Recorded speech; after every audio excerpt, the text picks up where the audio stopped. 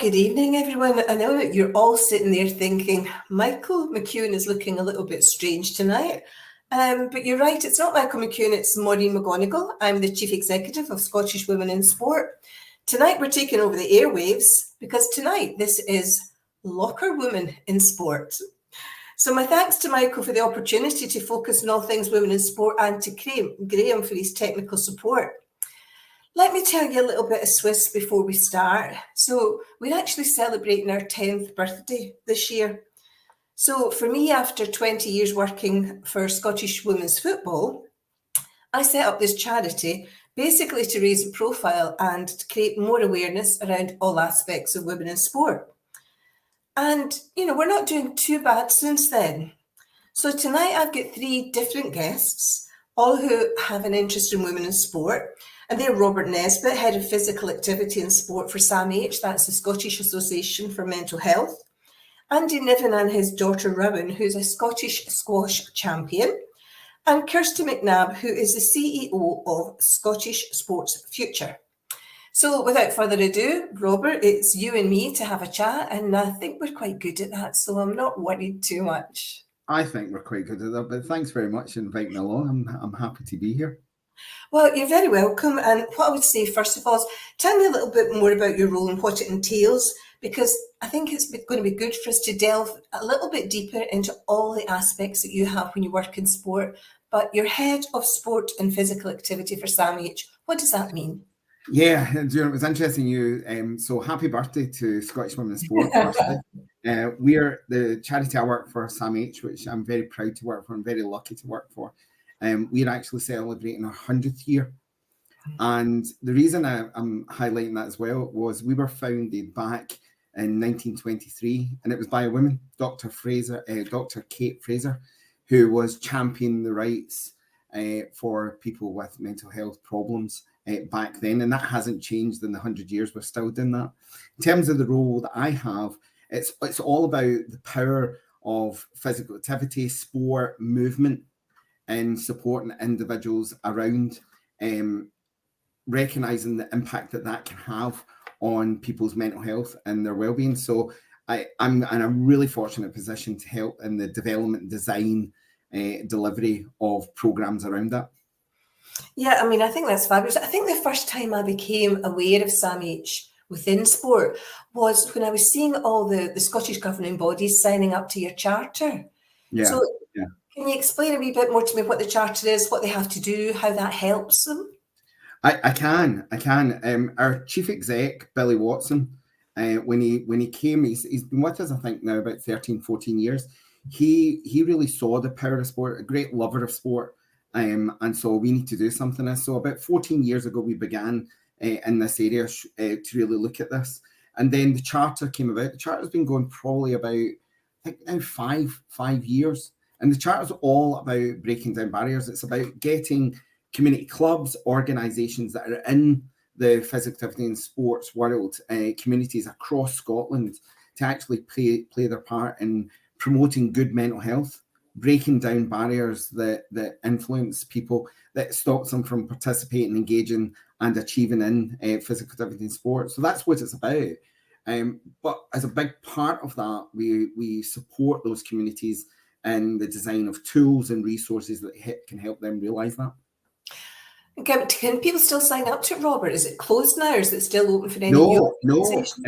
It's growing from strength to strength, actually. Active Scotland have actually supported the charter for the last couple of years and continue to support it. So there's two elements to the charter. If you are a large, medium to large size organisation with a SAPH, you can sign up to one part of the charter, which is about developing an action plan and showing the part that you want to play that. But last year, we launched the club and community part of the charter. And that recognised this rich group of volunteers and people out there working within clubs right across sports, right across physical activity. And they also can sign up to the charter. It's really easy to do. You just go to our website, SAMH, www.samh.org.uk, and then follow the links towards the charter and you can sign up there.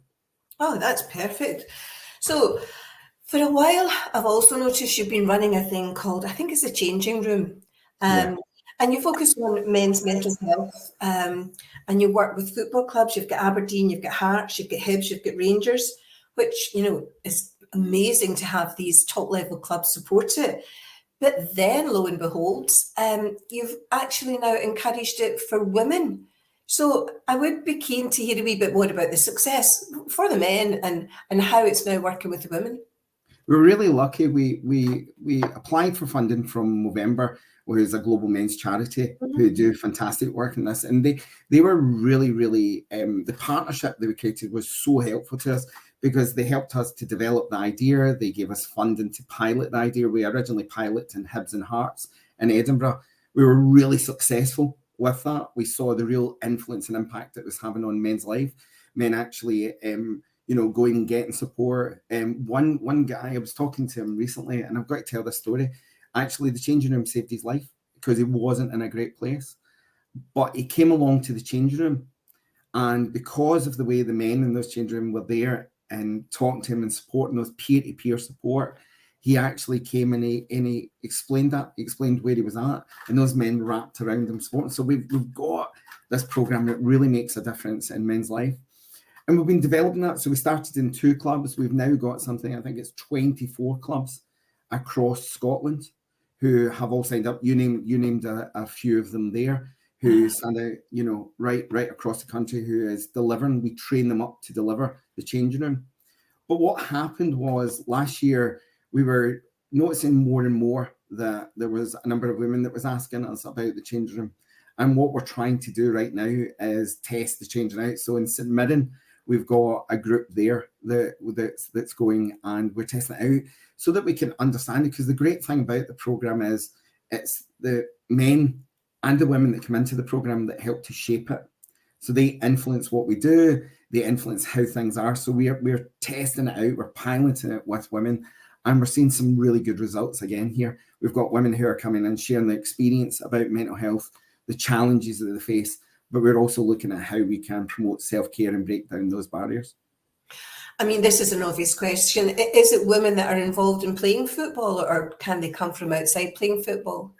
They can come from all over. So you can have a love of football. You can be in the community where that football club is, and you hear about it there. So you can then come into that. So it's not about whether you play, but we've had people that come in and they play football, and they heard about it and they want to come join. So a whole variety of different walks of life and experiences.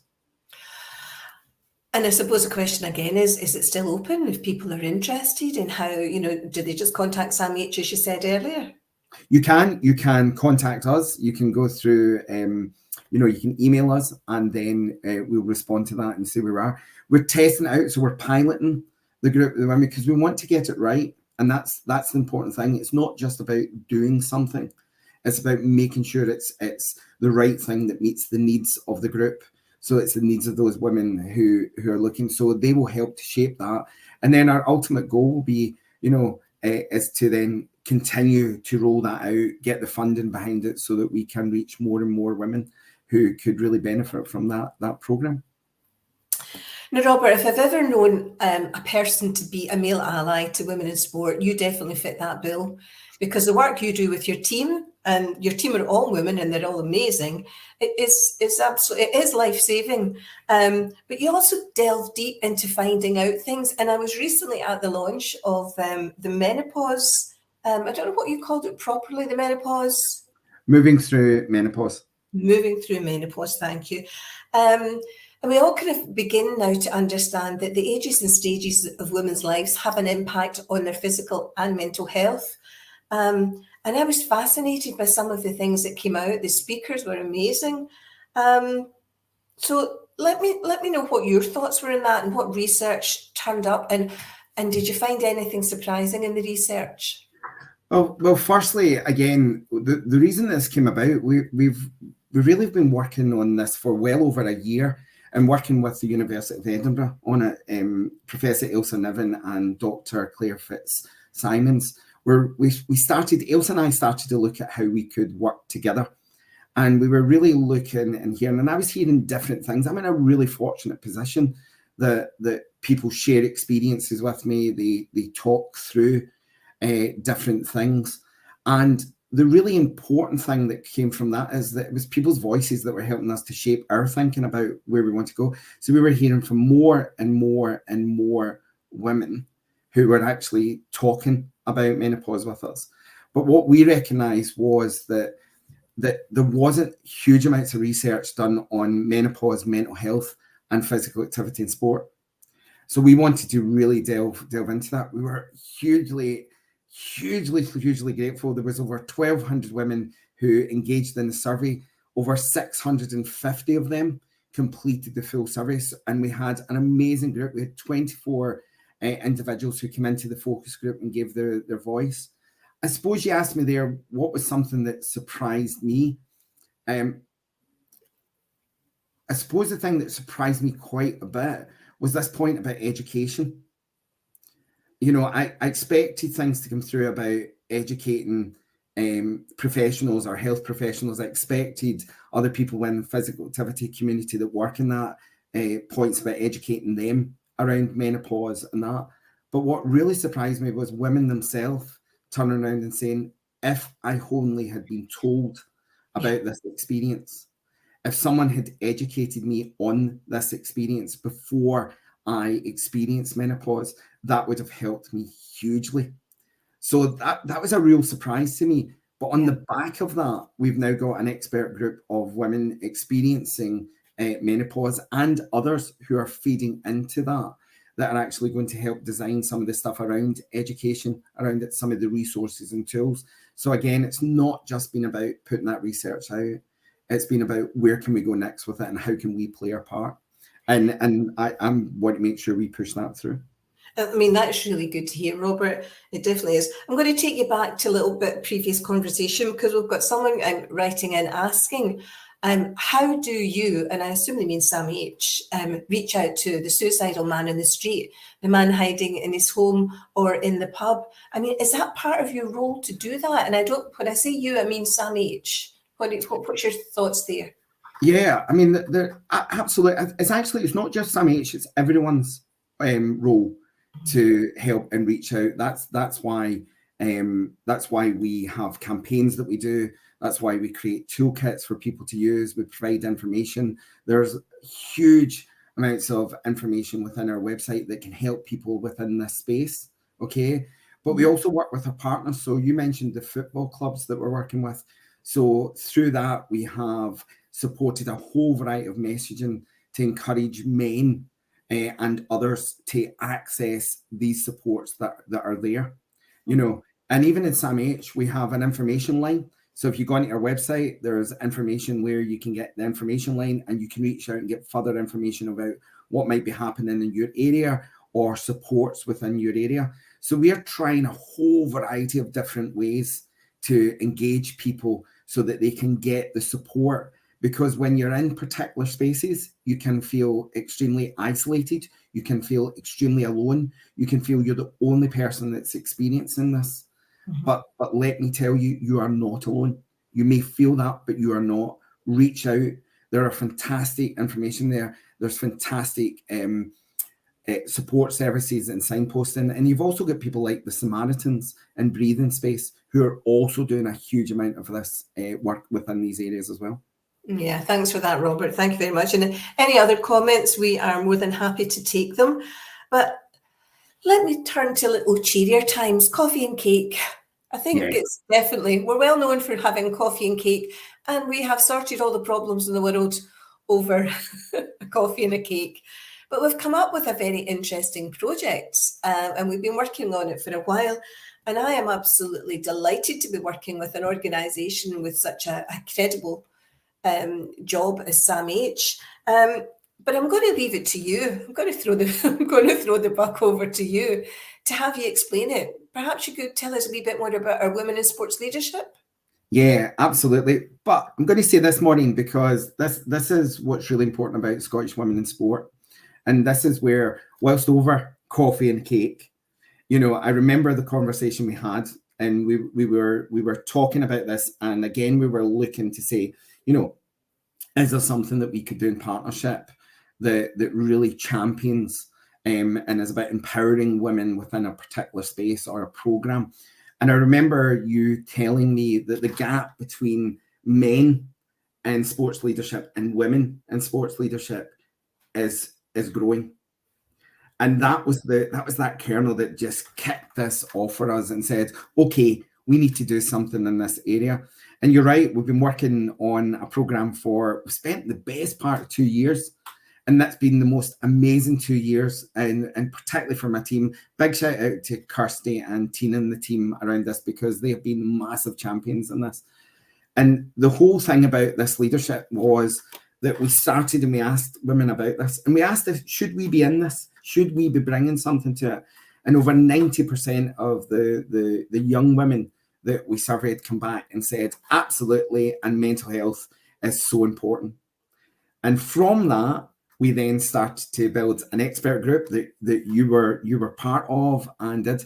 So we've now got a year-long mentorship program for young women. It's and I'm really pleased to say we will be launching it soon. So watch this space. A bit of teaser there, but watch this space. Yeah. And it's going to be available. So young women, 18 to 25. Can apply to be part of that. So we'll be launching that soon, and anyone across the whole of Scotland can apply to participate in that programme. So I'm absolutely delighted. And again, it's going to be looking at mental health, leadership, and how we can build skills and resources for young women. And to take that challenge on, let's bridge that gap. Let's get more young women in sports leadership and bringing that rich voice. Yeah. I mean, I think there's a great synergy between bringing young women in leadership and looking after their mental health, because that has to be right to have them feel confident to go ahead and lead. And I think that's something which has come through in the research we've done, with the expert panels we've spoken to.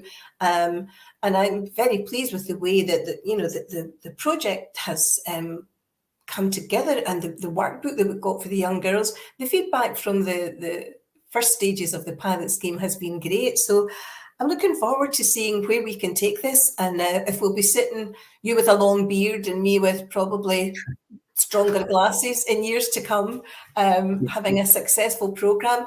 But I just want another a wee bit of credit to what's happening. So there's there's a WhatsApp group with about 250 in it, and they're also currently coming back and forward saying, I'm in the locker room. I love the locker room. So I think it's always good. It's good to get that validation, because you don't want to work in isolation, as you've said, Robert. You're doing it for people, and it's good to hear that it is making a difference to them.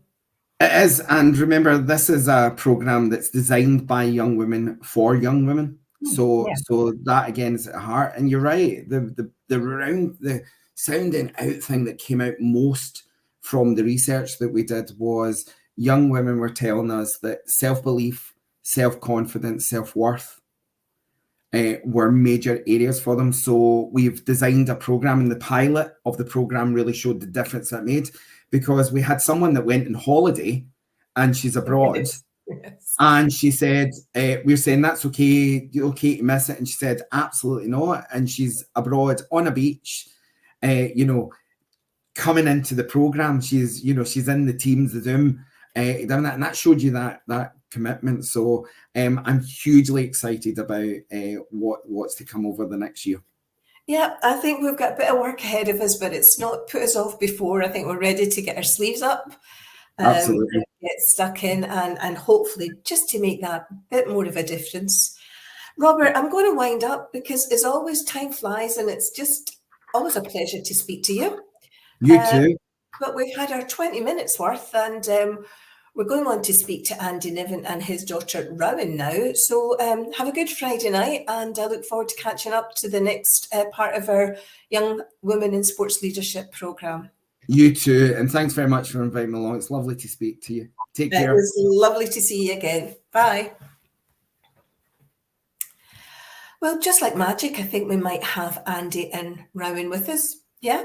Oh, hello. How are you? No, I'm fine, thank you. How are you two? Yeah, good. Right. Exciting. Let me give you your CV, Rowan, as if you don't know this, but I'm going to tell you. You're an elite junior squash player and you will be participating in the 2023 World Squash Federation World Junior Squash Championships. I don't know if I've got that exactly right. A lot of worlds there, isn't there? In Australia, from the 18th to the 29th of July, alongside your teammates, there's Robin McAlpine, there's Louisa Cavan, Anna Halliday. They'll all be competing in the team competition as well as the women's individuals, and you'll have Natalie Main at that point as well. Yep. Now, have I missed anybody out? Nope, that's all. Thank goodness for that. So this is the first time since 2005 that squash have sent a team. So that's quite a big responsibility on your shoulders. 2005. I was born in 2005. I was born in 2005, so it's miles away. Oh, oh dear. So how excited are you for the trip, Rowan? Tell me what you're thinking. So excited. I mean, it's been a long time coming. It kind of felt like a bit of a dream at first when we first were like chatting about it, because obviously it happens every year, but the teams and the individuals, it kind of rotates around. But yeah, no, it was like a blur last year being like, oh, it's Australia next year. Like, wouldn't that be amazing if we got to go? And then now it's like, we're going. Like, it's absolutely crazy. You are giving me goosebumps. You definitely are. So what does it mean to you and the players to be going there? You're going there to represent your country. That is a big deal. Yeah, no, it's such a big opportunity, and we've all put so much hard work into it recently. Training's really ramped up, obviously, because it's such a big tournament, and this is our opportunity to perform, show our talents on this world stage, and we're all ready for it. So it means the world to us, and we're so thankful for the opportunity and people have given us and the support and whatnot. So what does training look like? Because I take it it'll take up a lot of your time, and I assume you're still at school? Not anymore. No, that's me finished with school. So Good. Yeah, training's quite full-time training. Yeah, pretty much. Training and working, that's the life. But yeah, no, it's good. So I train through in Glasgow now about 3-4 times a week. So that's my actual training along with like technique stuff and whatnot. And then I'll have hits with other people, just kind of like getting a good like game in, just making sure that I'm kind of perfecting everything. And then along with that, I'm doing, CrossFit and trying to just keep like all my areas of fitness kind of up to a good level. And I think it's hard balancing it sometimes with like, friends and life after school, kind of everyone wanting to go out and party and all that sort of stuff. But I think I'm doing it quite well, but we'll see how it goes. I think you sound like you get your head switched on in the right way. And of course, the other thing you have to think about is the altitude, the difference in the countries. Although with this lovely weather here, you could always kind of pretend it's Australia outside. Exactly. So let's have a word with your dad, Andy. You must be very proud of Rowan. Yes, I mean, I think it kind of goes beyond proud. I think you kind of admire just the dedication of Rowan and the other girls, I think, to get to where they've got to. It's while squash might be a bit niche in Scotland, it's huge in Europe and even in the rest of the UK. And, as these guys have gone out there, they've put themselves out there on a European stage and they've delivered, and they've picked up European titles. They're kind of heading up European rankings. And then they've come together as a team. And I think that this kind of the sense of team is incredibly strong, because the nature of squash in Scotland is it's such a tight-knit community that these girls have actually known each other for 4 or 5 years, and in some cases longer. I'm sure Ren will tell you about that later. But, so they already have a natural bond, a natural friendship. And so, yeah, incredibly proud to see them actually get the opportunity to go and do this on the biggest stage, I suppose, that they've seen so far. So, yeah, it's worked hard to get there. But, whilst, parents are always very quick to say, yeah, look at everything that we're doing to make this happen. At the end of the day, it wouldn't be worth a button if the girls hadn't knuckled down and done the work and done the training and actually produced the results. Because it's a tough sport. It's very adversarial. It's a real coliseum. They're just the two of them in the middle of that court, nobody else around. You've not got other teammates to hide behind. It's everything's out there for everybody to see. And it's I couldn't do it. I've tried squash.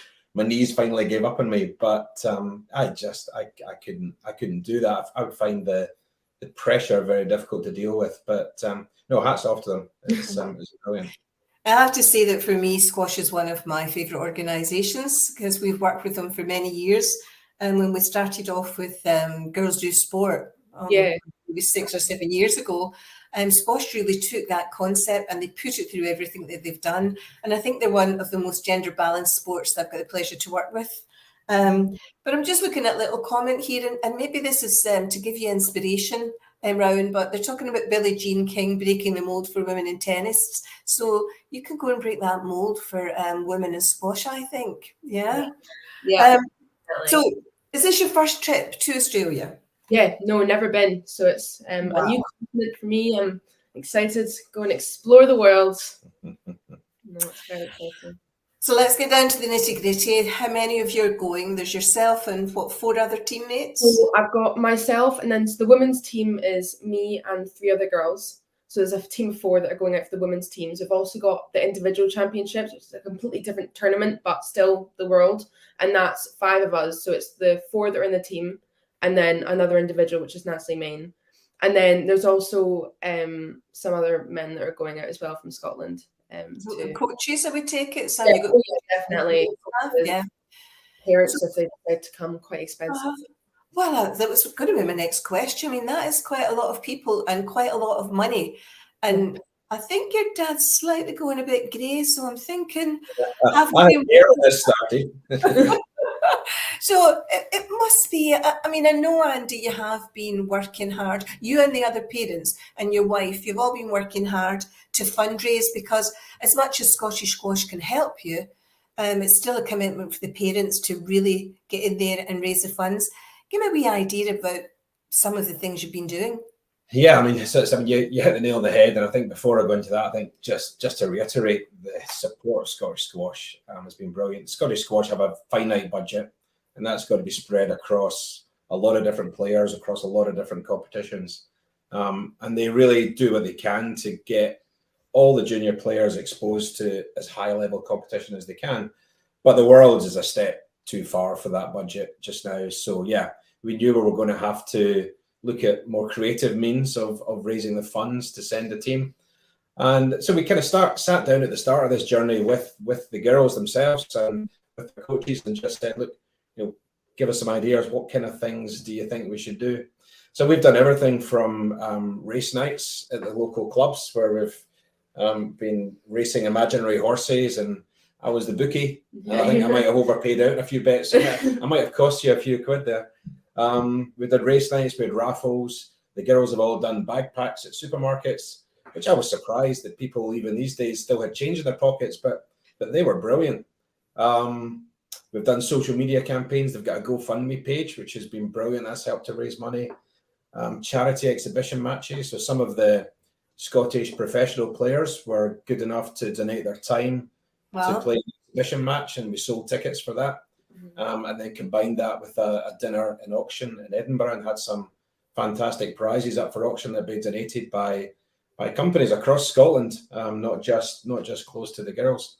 And then I think the most recent one we've got is we're doing a silent auction soon, which will be online probably the next week or so.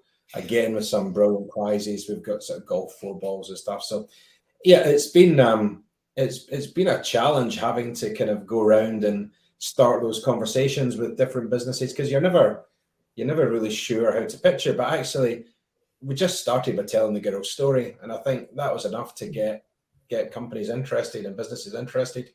We even reached out to Judy Murray locally, because we're in Dunblane, and so there's a local connection there, and so she made some good suggestions about kind of people to contact and how to go about fundraising and things. So it's been good. I've been pleasantly surprised at how many people were willing to help and put in the time. And I think both parents and the girls and extended family have really stepped up to kind of help move them along. We're not there yet, but every little bit helps. And yeah, it's been brilliant.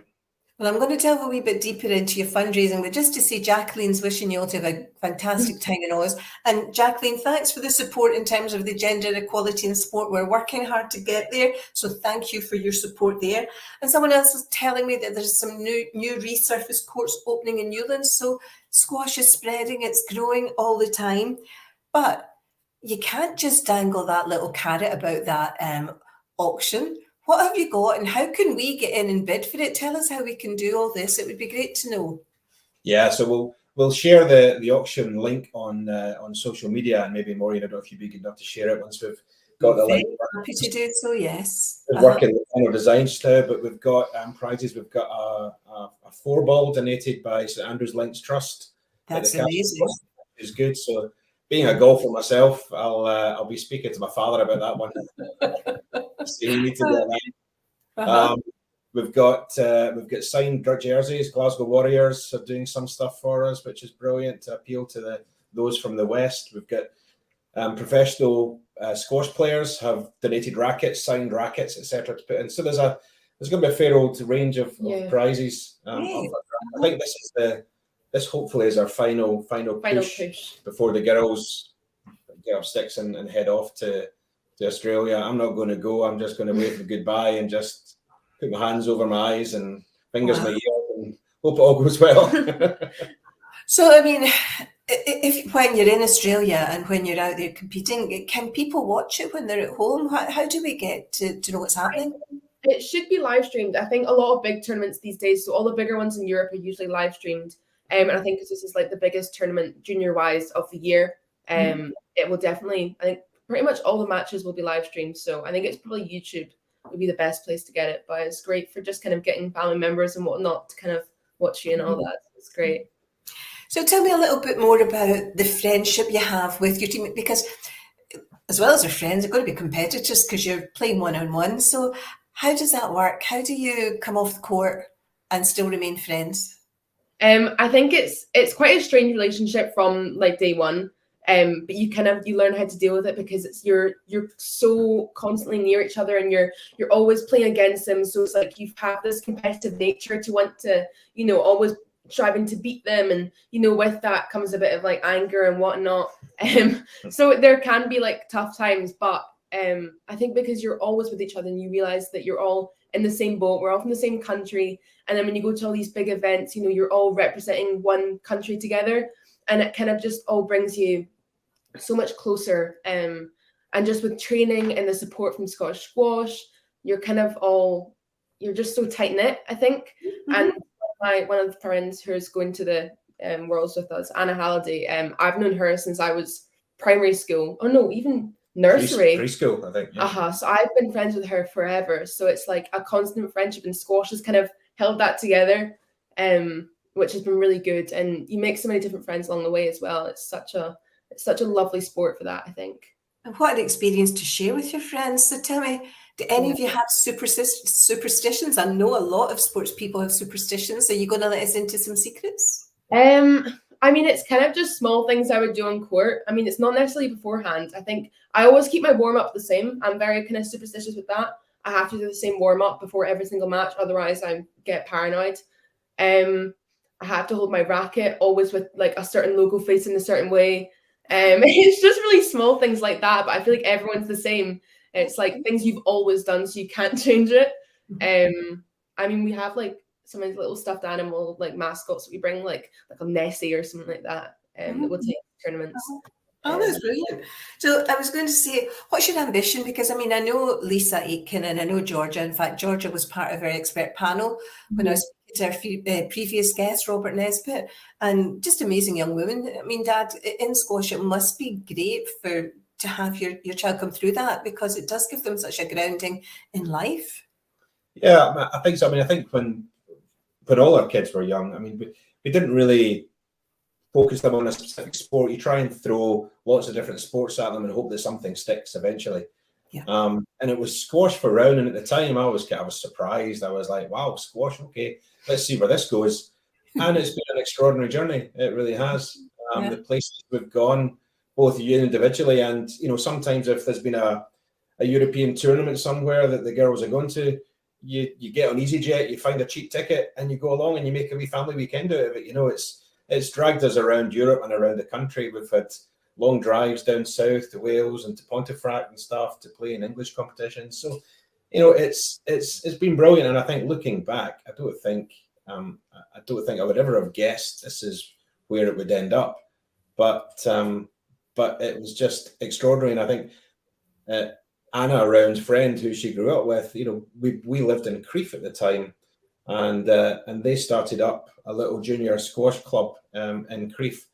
And it's been incredible how many great young squash players have come out of such a small community. Rory Stewart is one. He's playing at the Commonwealth Games, and it's very strange. You get a good coach in one area, and then suddenly you get 3 or 4 or 5 really good young players coming through. And I think sort of Round and Anna were just other ones to benefit from other people's skills, I think, there. So yeah, it was great. I couldn't see it coming.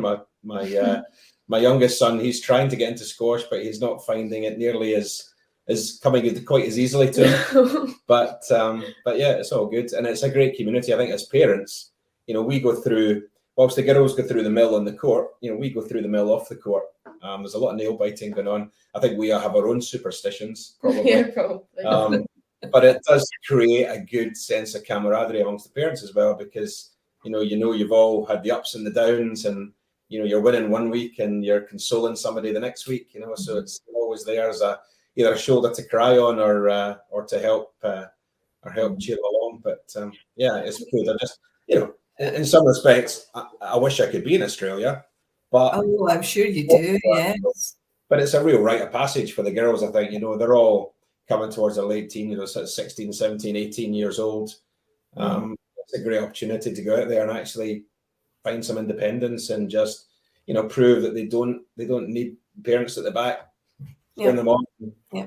I mean, it definitely rings a bell. I don't know how many parents, you know, have supported their children through all their sport, because, you know, that's what they need. They need mums and dads to support them. So whilst you're sitting there and Rowan's got the skill and the ability, she couldn't have done it without you and your wife. So, I mean, Rowan, well, I'm going to tell her that as well. Rowan, you would not be where you are without your mum and dad. Nowhere without them. I'd be nowhere, that's for sure. Your taxi bill would be terrible. Oh, So I take it you're proud of them, because not only have they enabled you to play a sport that you love, but they're now enabling you to go to the other side of the world and represent your country. yeah, So no, it's amazing. yeah. Yeah, it's perfect. A big shout out to all the parents that have helped support it. And we've got someone here saying it's a great feeling as a parent to see your children succeed in any sport, particularly if you started coaching them. But I don't think that's happened there, Andy, have you? You're not being coached. I would like to say there was some coaching going on, but no, it's all been moral support. I think we'll have the truth here. I think we'll have the truth. Well, let me just say, I think you're doing an amazing thing. I'm really proud of you. I'll keep my eye on you so you can keep us in social media, and we will retweet. So have you got an ambition? Because you're only what age are you? 18, just turned 18. 18. What's the ambition? Well, I think I want to continue squash definitely when I'm going off to uni. And I do want to take it professional, so I can join the professional sort of league soon, which I have to pay a bit of money for, but it's then start doing all these professional tournaments around Europe. And then, so I'd like to see how far I could take it, because I really do want to continue it along with my studies at uni. And I think that'd be really beneficial for myself, just as a little kind of outlet as well as kind of, you know, fun and tournament-y and all that sort of stuff. But yeah, I think I want to probably go professional. It kind of feels the right direction for me to go right now. It feels quite natural. It's like kind of the right way. But then you become self-funded, is that correct? Yeah. Yeah. So in terms of prize money, are we looking at the sort of balance, the same balance for men and women in squash? Are we still getting a balance there? I think it's quite similar. I don't think it's as split as it used to be back in the day. I think now it's pretty much even a lot of the big tournaments, like the biggest ones, like the senior world championships and whatnot, they're all evenly split, which is really good. But yeah, I couldn't tell you much about the smaller ones, I think. I hope so. I hope it's the same. I think that's something you mentioned it right at the start, Maureen, that with the work that Scottish squash do to drive equality within the sport. Actually, I think squash in general is far further forward than a lot of sports that I watch and that we're aware of. I think that's reflected then down to the national federations. I think there's a real recognition of equality, both in terms of the quality and the quantity of the matches and the amount of work that they have to put in. And so I think, whilst squash is nowhere near other sports like tennis in terms of the amount of money that's available, I think in terms of how they treat the athletes, I think they're really getting that right, and that's good to see. Well, let me just finish up by giving another wee shout out to the team, because you're not going on your own. So, Ramin, congratulations and good luck to you. To Robin McAlpine, Louisa Caven, Mr. Anna, is Anna Halliday? Anna Halliday. Anna Halliday and Natalie Mean. Good luck to you all. I hope all your travels go well. We've got quite a few folk come on saying good luck. We're all rooting for you. So the last thing to say is, in terms of how we can help, and I mean the wider public listening here, it's looking out for this social media link for your last big fundraiser, your silent auction. Yeah, so we have a GoFundMe page. So if you just search Scottish Squash on GoFundMe, you'll find the girls there. And then, yes, we'll advertise the silent auction through everybody's Twitter accounts and Facebook accounts and everything. Once that's up and running, so keep an eye out for that. Absolute good luck to you. And if you're ever at a loose end for fundraising, I know that Scottish Women in Sport would take your expertise at any time because you're doing a grand job. Great backpacking. You want to have a lie down now, don't you? Absolutely. Listen, thank you for joining me. We're delighted to have you here tonight and to hear your story. And please keep in touch. So thanks, Andy and Rowan. You're welcome. Cheers. See you later. Bye-bye. So tonight, people, we're going to finish off our night. And I mean, it's not last and least. As you fine well know, Kirsty, that could never be the case where you're concerned. So a little bit of transparency up front. Kirsty is the CEO of Scottish Sports Future. And it's an organisation that I have been actually proud to be involved with for the past 8 years. And I think I've chaired it for maybe 5 of those years. We've lost count, Kirsty, haven't we? I know. But if I'm going to ask anybody about what happens in Scottish Sports Futures, I'm going to ask you, because you get your finger in the pulse across everything. And so first of all, for anyone who doesn't know what Scottish Sports Futures does, because we're not just about sport, and I hope you don't mind us using the we, because I feel it's like you, me, and everybody. Definitely us. We're in it together. We're a bigger team, aren't we? So you tell us what we do. So what we do is, well, first of all, our vision is we believe that every single young person deserves the opportunity to fulfill their potential. And we use sport as our tool to be able to work with them, to engage them, to move them on to a place that they determine to be positive in their life.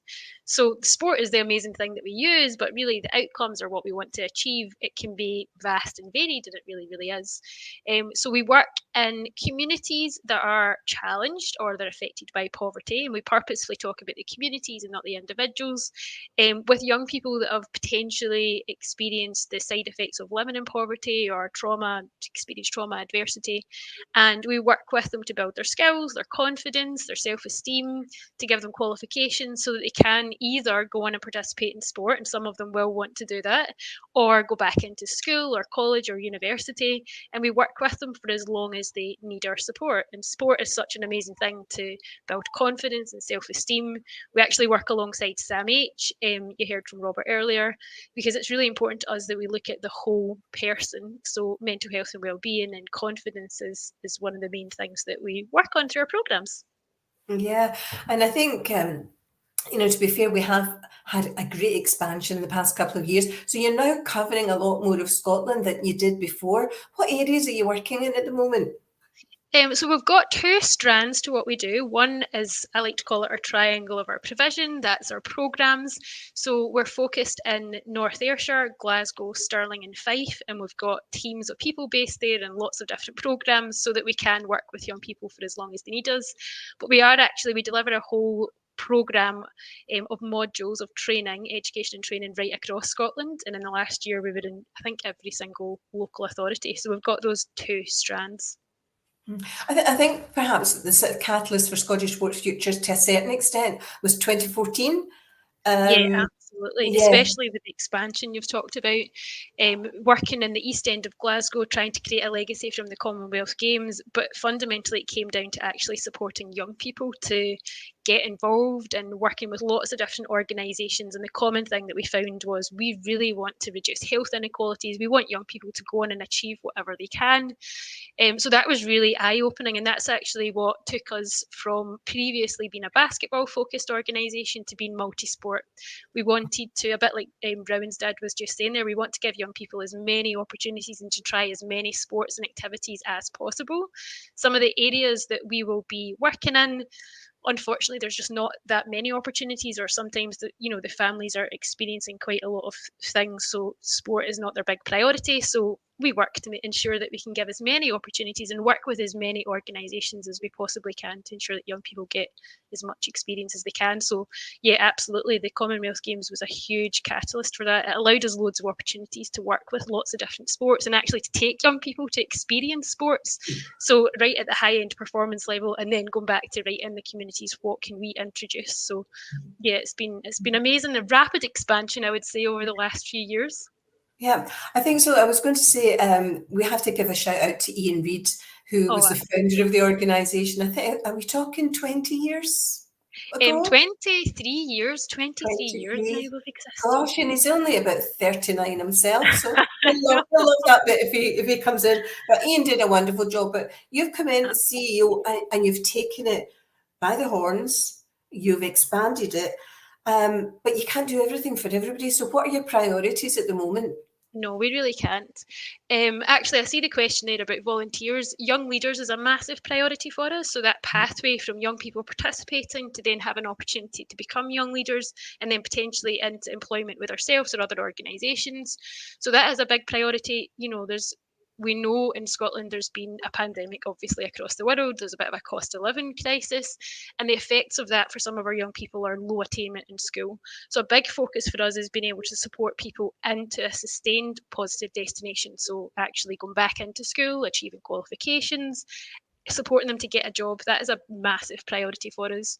But equally, as the theme of this show, equality, diversity, inclusion, that is also massive for us. We know that there's huge need in the communities that we work in, and we want to represent, we want to ensure that the people that we have working for us or that are participating in our programmes do actually equally represent the communities that we're working with. So both of those are a huge focus, and within that, as I said, there's mental health and well-being. That is a huge focus of what we do. I think, bringing in this sort of women and girls aspect of it, I'm aware of the programmes that you did. I'm aware of the excitement surrounding the programmes that are coming up. Yeah. But what I've always found that there's a lot of thought given into how it impacts on the individuals. And I remembered a particular course that happened in Govan for young women from a diverse background, and taking into account all of what had to happen to enable them to feel comfortable and to be allowed by their families to participate in sport. Now, you managed it, you did it. It's not about there's a hurdle, what will we do? It's about there's the solution. And that's what I think Scottish Sports Futures does very well. Tell me a wee bit about some of your girls or one of your girls' programmes.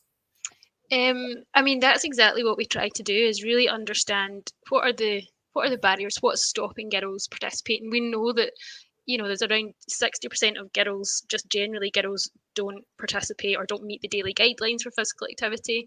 We know that actually that figure is higher in areas of deprivation, and we know that that's even higher for girls from an ethnically diverse background. So we wanted to address that. So we worked with some experts. We worked with SEMSA in Glasgow, who support girls from lots of different ethnically diverse backgrounds. And we just went out and spoke to girls. That's always important to us, to actually consult, not make assumptions. There's loads of research out there, but actually it's what does that mean for individuals? So with the most recent, the programme that we did in Govan was amazing. Such good learning about what makes a safe and inclusive space, talking to families about actually just us building relationships, so they had confidence when the girls were coming along. They could just be themselves, that we could give girls a safe place to be really active and try lots of different activities. We've got a recent project that is funded through the Sweaty Betty Foundation, and that all came about actually going to meet the Minister for Sport, Marie Todd. We did a bit of consultation with girls, going on a train up to Inverness to meet the Minister, and just talking to them about their experiences in sport, how they felt other girls who maybe weren't active could get more active. So then we decided, let's put together a programme, and through the Sweaty Betty Foundation, they had a Girls on the Pitch initiative. So our girls who are leaders could then design a programme, pitch to get some money, and then deliver their own programme. So really that cyclical process is brilliant, because we kind of knew the learning from previous programmes, but we spoke to girls now about what they thought could be a really good programme to get girls who weren't active involved, and then giving them the opportunity to actually design their programme, get the funding in themselves, and be the leaders on that programme. That's role models for the girls that are coming along, and that's such an important part of what we do. So yeah, that is really exciting, and I think it's not really that innovative, is it? But it's really exciting for us, and I think it's those simple things that other people can replicate as well, and the outcomes of that are just massive. You know, Robert spoke earlier about confidence, self-esteem, well-being. In turn, that means that our girls will be more likely to participate in education. One of the girls actually from Fife is just up for an award recognised by the school, and prior to her engaging with us, she wasn't actually attending school. So it's amazing. The power of sport. Yeah, but I think what comes through as well, particularly for girls, because sport as a word can sometimes turn off young girls, it's fun. Mm-hmm. That's a surprising thing. You know, you get fit, you're having fun.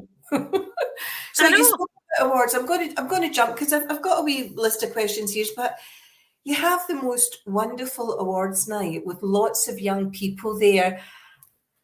In fact, do you know what? I'm going to take that word wonderful out, and I'm going to put in emotional.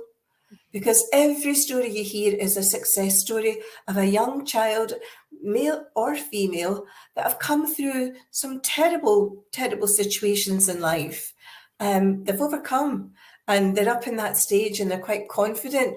So tell me about your awards night, and tell me, when is the next one? I mean, I should know these things, but I don't. And I know you're like every other organisation, you need support. So let's have a little chat around that. We do. Our awards night, I think it's quite unique, because we have our young people, like you say, and we work with them throughout the year, and they're nominated across lots of different categories. So it's to celebrate their stories and their journeys, and they are really inspirational. They're incredible young people, every single one of them. So that's quite an emotional process, even get to the point where there's winners being celebrated on the night. But we also bring their families along, we bring our partners, and then we bring people who maybe would like to invest in us. So any corporate partners, we get awards sponsored. So I think it's quite unique in the way that we have all of those people in the room at the same time. So our next awards is February. We tend to make it annual, so our next awards will be February, based in Glasgow. We don't have an exact date, but it'll probably be one of the last Fridays in the year. We will start selling tickets pretty soon, because it's always a sold out night, and we're really, really keen that continues. Lots of opportunities as well. Actually, just hearing from Rowan and our dad, it was inspiring me to do more of an auction on the night, and to make it as great and fun as it possibly can be. And that's really important for us, that it is a fun night, that it is inspirational, but it's an opportunity for us to raise the profile of the organisation, which is so important. So a little shout out to any organisations there that would like information to maybe sponsor award, or even donate something for the auction. And if they want to contact me through Scottish Women in Sport, which might be easier, they can. But again, SSF, Scottish Sports Future, is not difficult. So that would be good. So I wondered if I could just ask you, there's loads and loads. As a board, we hear all these particular stories, and whilst you're going through them, they can be difficult to listen to, but there's always a great outcome. Is there one that springs to mind that you wouldn't mind sharing with us, a success story? I mean, one of the most recent ones is a girl. We have so many stories. Every single young person we work with, I have to say, it's a privilege and an honour. There are exceptional, amazing young people. And you can read all about them or hear their stories on our YouTube channel.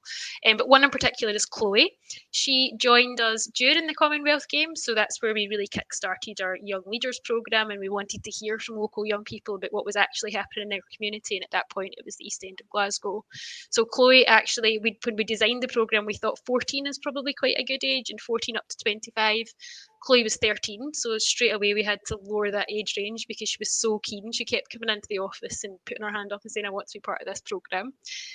So we did. We lowered the age range, and she joined. She joined in every activity. She was really honest about what was happening in her life at that point. She wasn't having a great time at school. She felt pretty isolated. The community that she was from, she just felt there wasn't really anything for her. She didn't really have many friends. That sounds really sad, but she says this in her own words as well, that was what was happening in her life. So that's maybe one of the reasons that she engaged and really did get involved in any opportunity that we had. Very, very vocal about what she wanted to see happen. So she was one of the first champions saying, we need girls only activity, we need to have something in every community, we need to deliver sport right where young people are. So at the age of 16, she worked with us and got some funding and lobbied her local councillor to set up a youth club, which was all about sport in its widest sense, right in the heart of her community, which is Baillieston. I mean, 16 years old doing that is just exceptional. She really wanted to continue volunteering with us, but also then progressed to become a sessional member of staff. So in 2018, so this was back in 2014. In 2018, we started to do some work with SAMH around the Charter for Mental Health, which is a nice segue from Robert speaking. And we just asked people, it's either young people, what do you want us to focus on? It can be anything. And Chloe was part of the very vocal group that said mental health. There's a huge stigma. People don't talk about it. Some of our friends are really struggling. So what can we do? So Chloe, along with some other young people, worked with Robert from SAMH to create some content that they could then go out and deliver to other young people around well-being, around stress, anxiety, depression, in a way that was really engaging, because they were like, young people want something that's fun. Back to your point, it needs to be fun. We need to reduce the stigma, so we need to talk about mental health and talk about everything within that, but it needs to be delivered by us so that other young people can open up and have those open discussions and not feel embarrassed to ask questions to learn more. So then Chloe decided that she kept working for us. She was part of that programme. She decided then that she wanted to go on to university. She's actually just finished university now. I'm so proud of her. She's so incredible. We nominated her a couple of years ago to get an MBE, which was because of everything she'd done and everything she had achieved. During the pandemic, she continued volunteering for us. She felt so passionate that she wanted young people not to suddenly be isolated, or we couldn't do things face to face. So she worked very hard and led on the changing of everything that we normally do face to face to be digital and online, ensuring that it was fun and engaging. And really that has to come from young people to make sure that it would be really relevant. So yeah, she led in all of that. And in January, I was very privileged to go along with her to receive an MBE. So that's one. I mean, there's not many stories that are that exceptional, but she really is. And she's such a role model for every young person that we would ever work with. So that's one that really sticks out. She's amazing. Well, we've got just under 2 minutes left to chat, Kirsty, and if I had a magic wand, I would have another hour so we could chat and we could tell people about the other aspects of the wonderful work that happens. But I'm going to give you the magic wand, and I'm going to ask you, if you had this magic wand, what would you do to make life better for young women and girls and boys, for young people? What would you do? The world's your oyster. I mean, first of all, because of the work we do, eradicate poverty. That just wouldn't exist. But then discrimination, I mean, I'm going to go for world peace, but I just want there to be equality. This isn't your award speech, in fact. You've given me the platform. But I just, I've got a daughter that's about to be 11. And she tells me that sometimes she feels embarrassed doing certain sports and things. So I just wish there was genuine equal opportunity for everyone. So I'm lucky that in the job I've got a platform and a voice to try and make that happen. But that would be my magic wand. No poverty, no discrimination, and actual equality. You do it very well. Listen, I've got to say thank you for taking time out on your Friday night. Thank you. And I've really appreciated it. And it's lovely to chat to you this way. I know. So time's beaten us, and I think it's time for me to say goodbye. So I've got to say some thank yous. So thank you to Robert from Sam H, and look forward to our work together. Thank you to Andy and Rowan, and also thank you to you, Kirsty. Huge thanks to Michael for handing over his show and for trusting us with the show, and of course also to Graham. So thank you all, and it's goodbye from Scottish Women in Sport for the Indie Locker Women in Sport. So thank you to all for joining us, and goodbye. You're listening to a Locker Room special on Indie